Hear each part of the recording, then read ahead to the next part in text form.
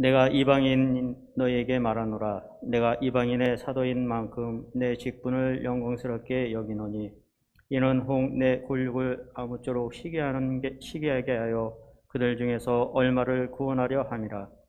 그들을 버리는 것이 세상에 화목이 되는 거든 그 받아들이는 것이 죽은 자 가운데서 살아나는 것이 아니면 무엇이리요. 제사하는 처음 익은 곡식 가루가 거룩한즉 떡덩이도 거룩하고 뿌리가 거룩한즉 가지도 거룩하니라. 또한 가지 얼마가 꺾이었는데 돌 감람나무인 내가 그들 중에 접붙임이 되어 창 감람나무 뿌리에 진액을 함께 받는 자가 되었은즉 그 가지들을 향하여 자랑하지 말라. 자랑할지라도 내가 뿌리를 보존하는 것이 아니요 뿌리가 너를 보존하는 것이니라. 그러면 내 말이 가지들이 꺾인 것은 나로 접붙임을 받게 하려 함이라 하리니 옳도다. 그들은 믿지 아니함으로 꺾어지고 너는 믿음으로 섰느니라. 높은 마음을 품지 말고 도리어 두려워하라. 하나님이 원가제도 아끼지 아니하셨은즉 너도 아끼지 아니하시리라. 그러므로 하나님이 인자하심과 존엄하심을 보라. 넘어지는 자들에게는 존엄하심이 있으리니 너희가 만일 하나님의 인자하심에 머물러 있으면 그 인자가 너희에게 있으리라. 그렇지 않으면 너도 찍히는 바 되리라. 그들도 믿지 아니하는데 내 머무르지 아니하면 접붙임을 받으리니 이는 그들을 접붙이실 능력이 하나님께 있음이라. 내가 원 돌감나무에서 찍힘을 받고 본성을 거슬러 죽은 감람나무의 접붙임을 받았으니 원가지인 이 사람들이야 얼마나 더 자기 감람나무의 접붙임을 받으랴. 아멘.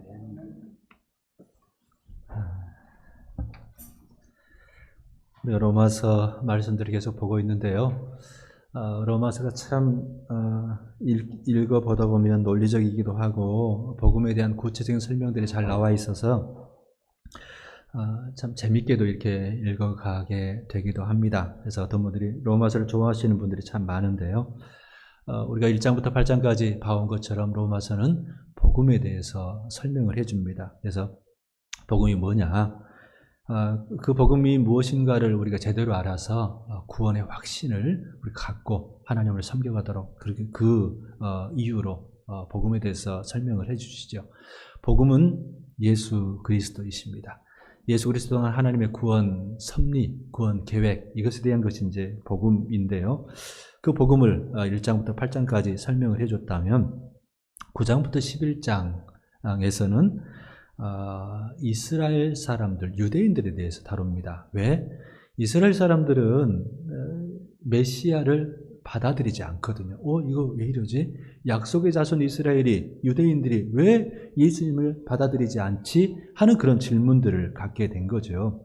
그래서 이스라엘 문제를 9장부터 11장까지 다루고 있는 모습을 보게 되는데, 그러면서 이제 오늘 11장 여러분들이 이미 이제 성경 읽기를 하다 보니까 읽으셨을 텐데 9장, 10장, 11장은 조금 읽기가 그렇게 재미있게 읽어지지를 않습니다. 왜? 이스라엘 구원에 대해서 하나님께서 다루다 보니까 이게 도대체 나와 무슨 상관이 있지 하는 그런 느낌이 드는 거죠. 뭘 이렇게 하라는 말씀도 잘 이해가 안 가고 그런 이제 읽다 보면 그렇게 썩 마음에 다가오지 않는 그런 본문인 경우들이 많이 있습니다. 그래서 이게 소중하지 않아서 그런 게 아니고요. 제가 로마서 1장부터 8장까지는 거의 빠짐없이 모든 본문들을 이제 가지고 말씀을 전해왔다가 9장, 10장, 11장은 이제 한 장에 이제 특정한 본문들을 정해서 말씀을 나누고 있는데, 그러다 보니까 이제 이게 소중하지 않아서가 아니라 우리가 이 부분들은 다른 부분들도 이제 의미를 찾아갈 수 있겠지만 왜 이 말씀들이 8장 지나고 12장 그 사이에 이게 들어올 수밖에 없는가를 우리가 이해하는 것이 더 필요하겠다 싶어서 이 말씀들을 간략하게 이렇게 나누고 있습니다. 그래서 어찌 보면 실천적인 부분들은 12장부터 이렇게 나오다 보니까 거기에 또 집중하게 되기도 하겠습니다만은 이 부분을 읽으면서 하나님의 약속의 자녀들을 정말 버리신 것인가? 하나님 읽어가다 보면 아니야, 이스라엘도 하나님은 사랑하셔 하는 이제 그 답을 바울 사도가 사실 하시는데요.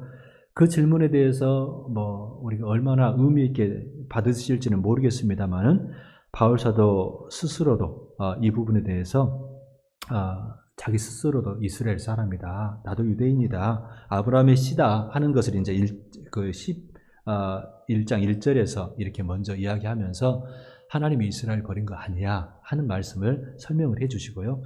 그리고 이제 2절에서는 이제 엘리야 선지자 이야기를 통해서 그 남은 자들 7,000명을 남겼다. 이제 완전 숫자 7,000인데 진짜 7,000명 숫자 7,000 이런 의미가 아니라 하나님께서 정말 온전하게 하나님을 섬기는 사람들 남겨두셨다. 이제 이 약속의 말씀을 하시려고 하는 건데, 우리가 9장부터 11장을 읽으면서는 하나님이, 약속의 하나님은 지금 우리 눈에는 이스라엘이 버림받은 것 같고 뭐 넘어진 것 같고, 오늘 이제 본문에 나온 말씀으로 그런 것 같을지라도 하나님은 변함없이 신실하신 분이야 라는 것을 바울 사도가 증언을 하고 있는 겁니다. 그래서 우리가 이 말씀을 읽으면서 하나님의 신실하심에 우리는 어떻게 반응해야 되는가를 우리를 돌아보는 시간으로 삼을 필요가 있다는 거죠.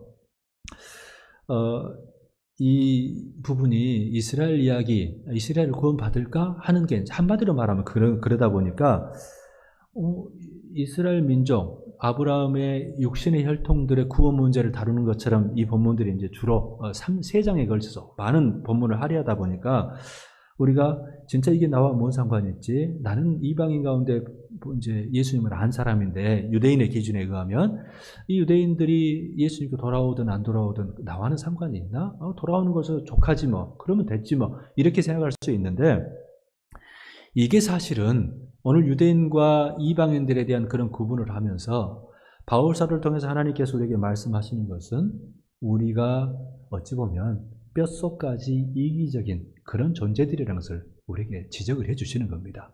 어찌 보면 나 구원받았으니까 됐지, 나 구원받았어, 나 예수님 때문에 구원받았어, 또 내 가족들이 그랬으면 됐지 할 뿐이지, 우리가 여기서는 이제 이스라엘이고 어찌 보면 다른 민족이고 믿지 않는 사람들에 대한 그런 부담감에 대해서 그렇게 갖고 있지 않는 모습들을 보는 거죠.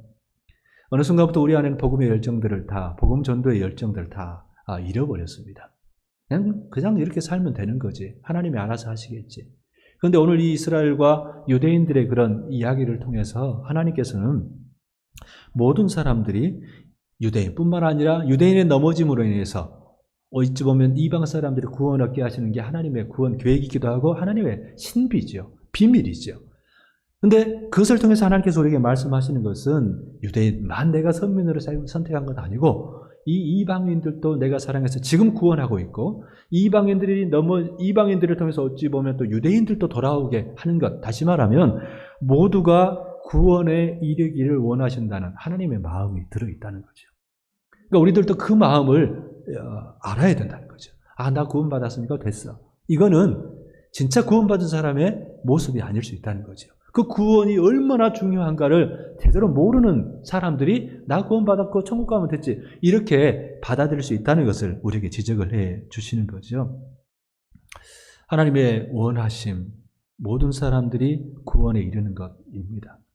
그래서 우리가 현대 그리스도인들에게는 어찌 보면 매스컴들이 워낙 발달해가지고 온 세계 곳곳에 그 이야기들을 다 들을 수 있지 않습니까?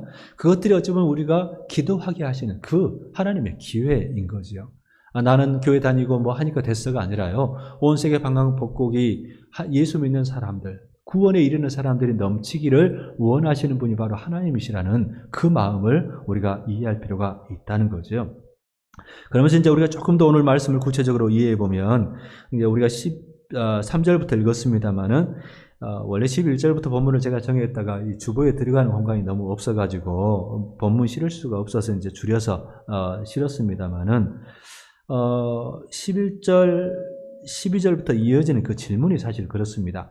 이스라엘 백성들이 예수님을 잘 안 믿잖아요. 많은 사람들이 안 믿거든요. 그러다 보니까 이제 이 질문들이 나오는 건데, 그러면 그 이스라엘 백성들이 넘어짐으로 이방인들이 이제 구원에 이르렀다는 그 질문을 하는 거거든요. 그러면 당연히 이방인들을 위해서 이스라엘은, 유대인들은 버림받아야, 넘어져야 하냐 하는 그 질문을 한 겁니다. 그러니까 이제 이것들도 어찌 보면 이제 그 상황을 보면서 하나님께서 이방인들을 구원하시기 위해서 이런 하나님의 계획이 있어 하는 것을 이제 또 반문하는 거죠. 의문을 갖는 건데 아니라는 것을 말씀을 해 주십니다. 그러면서 이스라엘이 왜 구원받아야 되는지에 대한 이유가 나와 있습니다. 그게 이제 12절에서 나와 있는데요. 12절 우리 같이 한번 아까 본문 읽지는 않았습니다. 같이 한번 읽어보실까요? 그들의 넘어짐이 세상의 풍성함이 되며 그들의 실패가 이방인의 풍성함이 되거든 하물며 그들의 충만함이리요. 예, 아멘입니다.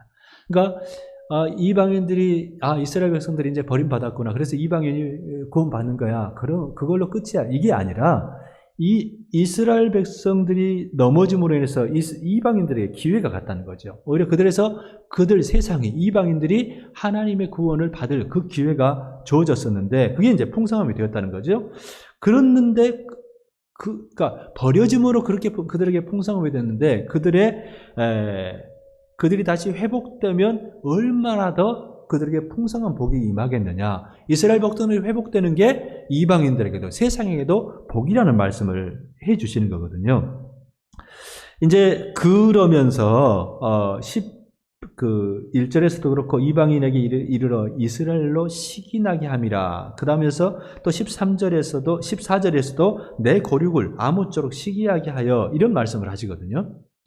그러니까 이방인들이 막 구원으로 막 들어오니까 유대인들이 보면서 저 사람들이 그냥 구원에 이르네 합니까? 이제 마음이 이제 옛날에는 별로 대수롭지 않게 하고 안 하려고 했다가 그 구원에 대해서 관심을 다시 갖게 되는 그 내용에 대해서 이야기를 하는 겁니다. 그래서 어떤 분이 설명한 것처럼 시기하게 하여라는 이 말씀이 나쁜 의미에서가 아니라 보면 이제 우리가 그 자녀들 우리 이제 예언이 지원이 있으면 얘들이 이제 뭔가 먹어야 될 때 안 먹으려고 하는 이제 특히 이제 뭘 안 먹으려는 애들이 있잖아요.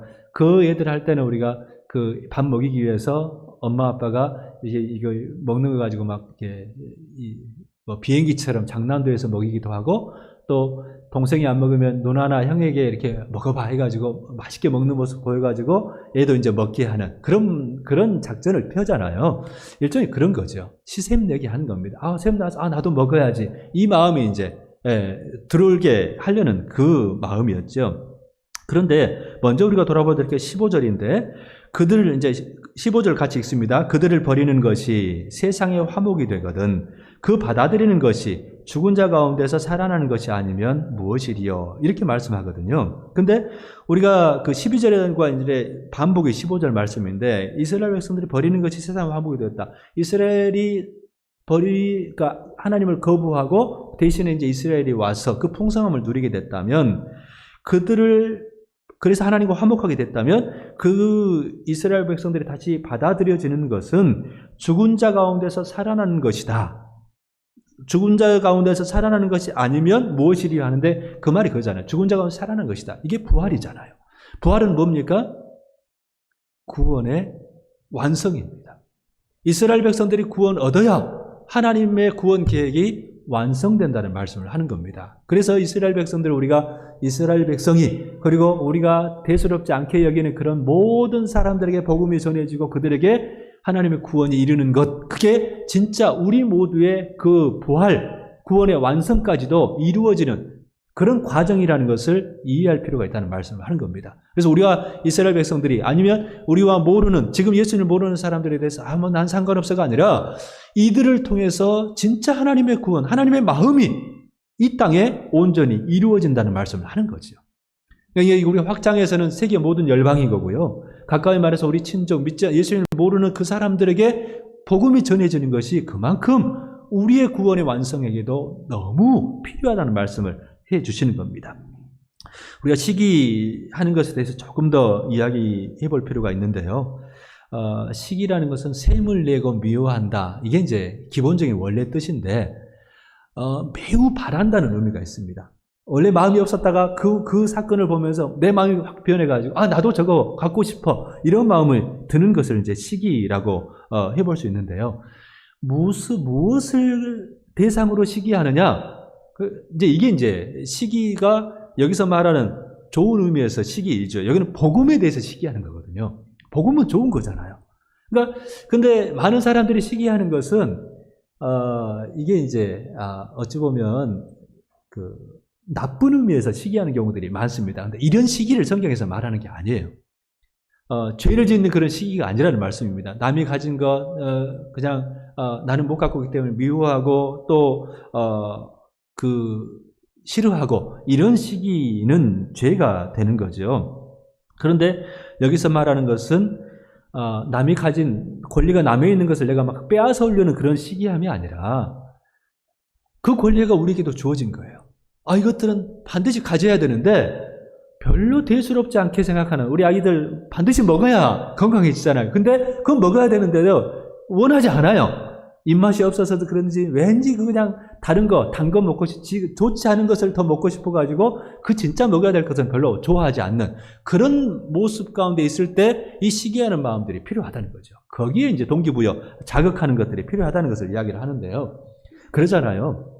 성경에도 우리가 욕망하는 것들이 욕망 자체가 죄가 아니거든요. 근데 잘못된 것에 대한 욕망이죠. 그러니까 성경에서도 위의 것을 찾으라. 땅의 것에 마음 두지 말고 땅의 것을 욕망하지 말고 위의 것을 찾으라 말씀하시지 않습니까? 그러니까 땅에 있는 것만 추구하게 되면 그건 이제 진짜 잘못된 시기가 되는 거고 하나님께서 말씀하시는 그 구원에 대한 시기함 또 위의 것에 대한 그런 갈망인 거죠. 이 시기는 그 마음을 가져야 된다는 말씀을 하는 겁니다. 그래서 사실은 우리가 욕망할 때 의에 줄이고 목마른 자 할 때 이건 욕망이거든요. 그 의, 하나님이 기뻐하신 가치거든요. 이것에 대해서는 나 저거 필요 없어. 괜찮아. 이렇게 사는 게 오히려 잘못이라는 거죠. 오히려 그것에 대해서는 의에 대해서는 선에 대해서는 하나님 기뻐하실 가치에 대해서는 시기하는 나도 저거 가져야 되는데 왜? 하나님께서 당연히 우리에게 이걸 주셨거든요. 근데 그것을 못 갖고 있음에도 불구하고 별로 갖고 싶어하는 마음도 없고 한다는 것은 오히려 이게 문제인 거죠. 오히려 이것은 영적인 게으름이 되는 겁니다. 이것들은 정말 영적인 게으름이고 진짜 하나님께서 주시고자 하는 것을 누리지 못하는 어리석은 행동이라는 것을 이야기를 해 주시는 거죠. 여러분 우리 그리스도인들도 마찬가지입니다. 여러분 처음 사랑 예수님 믿을 때 또 우리가 예수님의 사랑을 깨닫고 나서 누군가를 사랑했던 그 사랑을 여러분 고스란히 가지고 있습니까? 우리 안의 관계도 마찬가지입니다. 목회자와 교우들과 간의 관계도 마찬가지고 목회자들이 교우들을 보는 그 마음도 마찬가지고요. 부부 간의 그 관계도 마찬가지입니다. 막 싸우고 싫어할 때 그 마음 말고 예수님이 우리에게 뭔가 마음을 주셔가지고 진짜 사랑해야지 하는 마음을 품었을 때 그 마음 말입니다. 그 마음이 지금 고스란히 유지되고 오히려 더 확대되고 있느냐는 것을 우리에게 질문하는 거죠. 그 마음이 없다면 우리는 시기하는 마음, 다시 매우 애쓰는 마음들을 회복해야 된다는 말씀을 하는 겁니다. 그 하나님의 그 선한 마음에 대해서는 셈을 내야 된다는 말씀을 하는 거죠. 그러기 위해서 우리 하나님께서 유대인과 이스라엘 사람들과 이방인들에 대해서 이야기하는 것은 서로 그런 거룩한 셈, 거룩한 열망은 가지라는 말씀입니다. 유대인들은 이스라엘 그 이방인들을 보면서 구원에 대해서 정말 구원의 은혜를 누리는 그 사람들 보면서 대수롭지 않게 여기고 그냥 자기 자신들 하나님의 선민이라는 그 껍데기만 가지고 살아가는 것이 아니라 그들의 열망들 구원의 그 누림 그들이 하나님 앞에서의 복 받는 것에 대해서 다시 이거 문제가 있네 열망을 다시 회복하라는 말씀을 하고 계시는 거고요. 이방인들에게도 사실은 마찬가지인데 우리 모든 성도들이 하나님 앞에서 섬길 기회들을 놓쳐서는 안 되는 겁니다. 하나님께서 우리에게 이 거룩에 대한 그 내라고 말씀하실 때 서로 이런 동기부여를 해가지고 교회 공동체가 그런 역할을 해야 되죠. 그래서 어찌 보면 내가 오랫동안 다 신앙생활 해왔고 일도 많이 했으니까 이제 됐어 하고 그냥 이제 당신들이 해 이렇게 밀어두는 것이 다른 사람을 세우기 위해서가 아니라 이제는 나는 좀 편하고 싶고 이제 자유가 어찌 보면 거기서 놓이고 싶고 해서 그런 마음들은 하나님께서 유대인들의 마음 어찌 보면 버림받은 넘어진 사람들의 마음이라는 말씀을 해주시는 거죠. 그래서 서로가 정말 자극하고 도전하면서 같이 거룩에 대한 그런 셈을 내면서 하나님 앞에서 서로 자극하고 격려하고 세워가는 그 이스라엘은 유대인만 구원하고 이스라엘만 구원하고 이런 것 아니라 그 마음이 모든 사람이 구원에 이르기를 원하신다는 하나님의 마음인 것을 우리에게 말씀을 해주시는 거죠. 그러면서 이제 동시에 이방인들에게도 계속해서 자극하는 말씀을 주십니다. 이스라엘 백성들이 왜 실패했는가 하는 것도 이야기를 하면서요.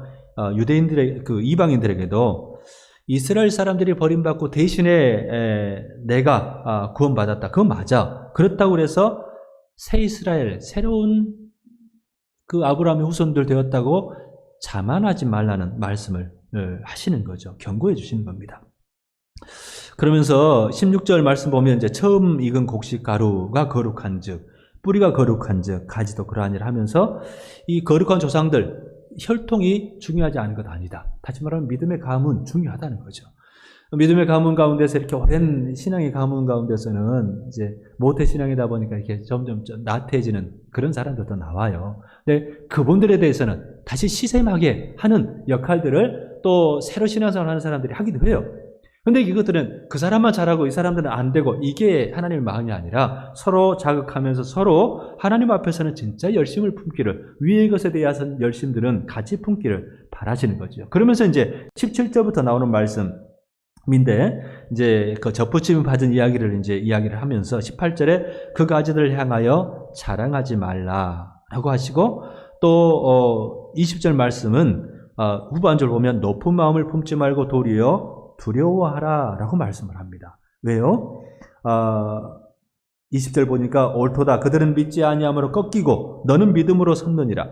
높은 마음을 품지 말고 도리어 두려워하라. 21절 하나님이 이 원가지들도 아끼지 아니하셨은즉 너도 아끼지 아니하시리라.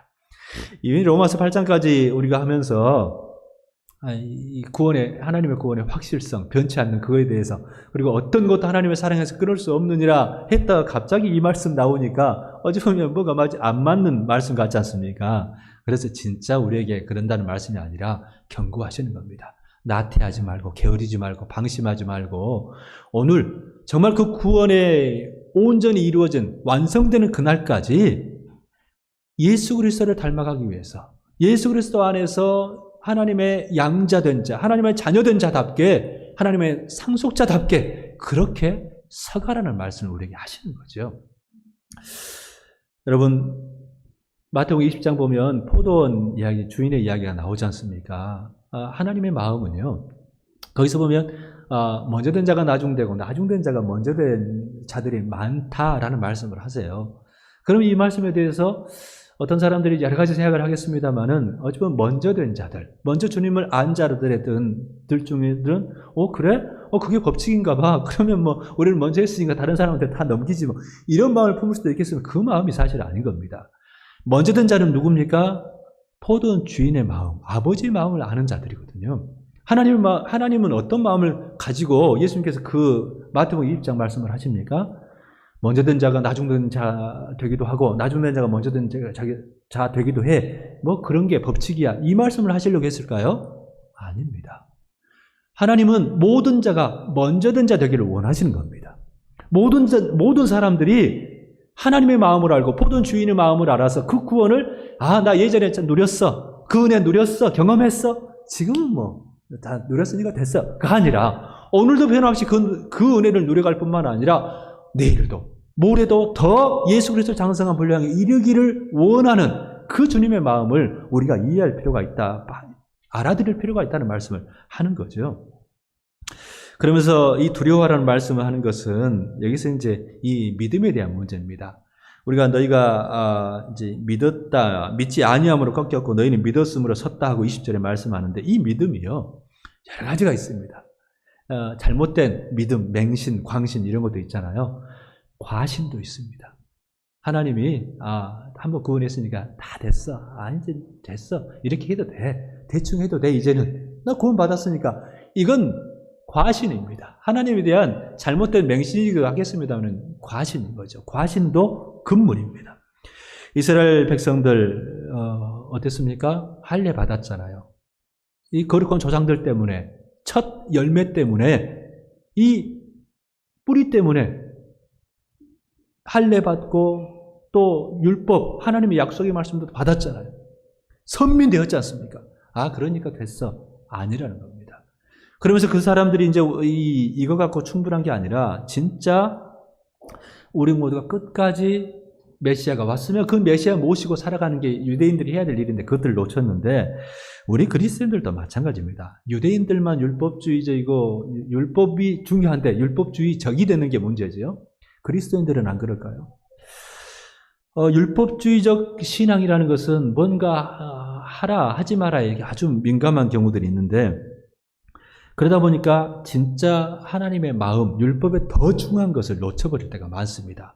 우리 한국의 그리스도인들도요, 예전에 이제 사실은 문화적이고 시대적인 그런 요구사항들이 있습니다. 유대인들에게 이게 율법을 보호하기 위한 장로들의 유전이라고 하는 그게 이제 그런 계통인데, 여러분, 유전 지키는 게 좋습니다. 율법을 더 잘 지키기 위해서는 장로의 유전도 필요했죠.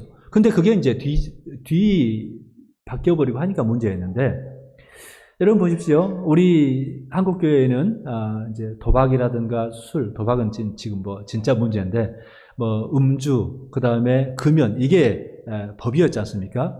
근데 이건 진짜 율법은 아닙니다. 이거는 장로들의 유전 같은 거죠. 하나의 규칙들입니다. 왜? 이건 구원과 상관없어요. 술 마시고 담배 핀다 해서 구원 못 받고 그건 아닙니다. 그런데 이 덕을 위해서, 그리스도인들이 그 약속을 했고 공동체의 덕을 위해서 이렇게 하면 아름다운 거거든요. 근데 이거는 지키는 거, 주일에는 주일 성수를 한때는 막 해가지고 주일에는 뭣도 하지 말고 저것도 하지 말고 이것들이 막 진짜 맹신하는 사람들이 사실 있었거든요. 근데 그거 좋습니다. 그게 어떤 의미에서 이것들을 지켜내야 될 것들이 있거든요. 너무 요즘 풀어진 게 있는데 지켜내는 게 필요해요. 근데 더 중요한 건 뭡니까? 율법의 정신. 의와 인과 신입니다. 정의와 긍휼과 신뢰, 믿음이라는 거죠. 그러니까 이것들이 더 중요하니까 이것들을 더 잘 지켜야 되고 이것보다 오히려 더 중요한 것들을 버려버리니까 문제라는 거예요. 이게 율법주의고 위선이라는 겁니다. 우리가 그 일들은 막 해야 되고 하지 말아야 될 것들, 막 예배 참석은 모든 예배 다 참석해요. 근데 유대인들 가운데서 위선이 뭐였습니까? 고르반이라는 것도 있어요. 여러분 고르반이라는 말 알죠? 하나님께 드리면 됐으니까 부모 섬기는 것은 부모님 섬겨야 될 건 하나님께 드려버렸어요. 더 큰 분에게 드렸으니까 괜찮은 것 아니라는 겁니다. 우리가 진짜 우리가 사랑해야 될 사람들에 대해서 하지 않으면서 사랑 행하지 않으면서 뭐 지키고 하니까 율법 또 예배도 잘 드리고 기도도 열심히 하고 이건 아니라는 말씀을 하는 겁니다. 그건 유대인들이 가지고 있었던 거예요. 그 사람들 구원 못 누리는 겁니다. 지금 우리 그리스도인들은 어떨까요? 똑같은 겁니다. 성경 10번 읽고 100번 읽으면 뭐 합니까? 그 말씀을 내가 못 살아내면, 사랑하지 못하면, 배려하고 섬기지 못하면 똑같은 겁니다. 똑같이 이스라엘 그 율법주의적인 그 유대인들의 전체를 밟고 있는 거라는 거죠. 여러분, 사람은 고쳐 쓰는 것도 아니다, 사람은 안 바뀐다, 이런 말씀 하는데, 우리가 어떤 배신감 느끼고 실망하고, 어떤 사람이 그런 이기적인 모습들을 볼 때 이런 한탄을 하게 되는데요. 때로는 동의될 때가 많죠. 저도 그렇습니다. 그런데 그리스도인들은, 이렇게 이 마음을 가지면 안 됩니다. 그리고 우리 스스로도 마찬가지입니다. 내가 변하겠어? 아니라는 말씀입니다. 어찌 보면 내 기준에 비춰보다 보면 또 내 시간 개념, 뭔가 사람이 이제 신뢰해서 좀 변했으면 좋겠는데 내 기준에 미치지 못하고 또 어찌 보면 나는 지금까지 이때까지는 변했으면 좋겠는데 아직도 안 변하니까 그냥 답답해가지고 미칠 경우들도 있겠습니다만은 그러나 그리스도인들은 내가 그리스도인이고 상대방이 정말 예수님을 믿는 사람이라면 변한다라는 사실을 받아들여야 한다는 말씀입니다. 그래서 우리가 종교개혁 기념주일이지 않습니까? 우리 바꾸고 가야 합니다. 그냥 이렇게 살래. 잘못된 것을 알면서도 변하지 않는다? 이건 영적인 게으름이고요. 하나님 앞에서 악인 겁니다. 이거 하지 말라고 하나님께서 경고를 하시는 겁니다. 두려워하라고 말씀하신 이유가 여기 있는 겁니다. 오늘 진짜 구원의 은혜 예수 그리스도의 의를 힘입었고 그 구원을 경험했냐? 그러면 오늘 변해야 한다. 변화되어야 한다는 말씀을 하고 있는 겁니다. 안 그러면 유대인처럼 버림받을 수도 있고 또 넘어질 수도 있다. 그 경고를 하시는 거예요. 진짜 넘어진다는 게 아니라 우리 그 실제 삶 안에서 이런 현상이 나타나지 않냐? 왜 네가 믿음 안에서 오늘도 제대로 너무 흔들리고 있느냐?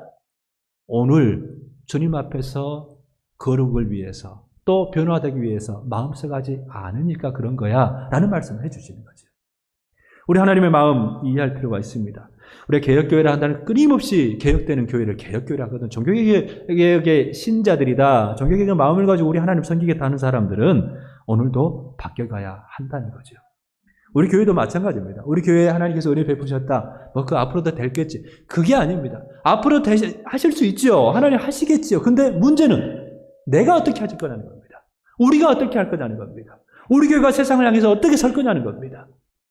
유대인들이 그랬던 것처럼 또 이방인들이 자고하고 자만하고 그런 거 말고 오늘도 정말 겸손하게 두렵고 떨리는 마음으로 하나님이 좁대 옮기신다는 말씀도 하시잖아요. 진짜 옮긴다는 말씀이 아니라 경고하시는 거거든요. 그 경고에 우리가 반응해야 된다. 오늘도 응답해야 된다. 지금까지 충분해? 아니라는 말씀입니다. 우리 예수님 믿는 게 그 정도밖에 안 됩니까? 주님께서 우리에게 주신 게 그것밖에, 그 은혜가 그 정도밖에 아니어서 지금 이미 다 했다. 그렇게 할 겁니까? 아니라는 거죠.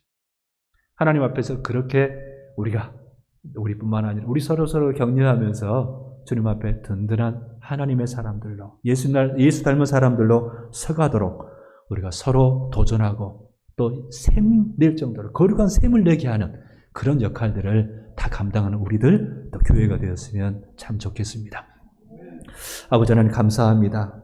오늘 주님의 마음들 다시 헤아려 보면서 우리의 삶의 자리에서 예수 사람으로서 어떻게 살아가고 있는지를 다시 한번 돌아봅니다.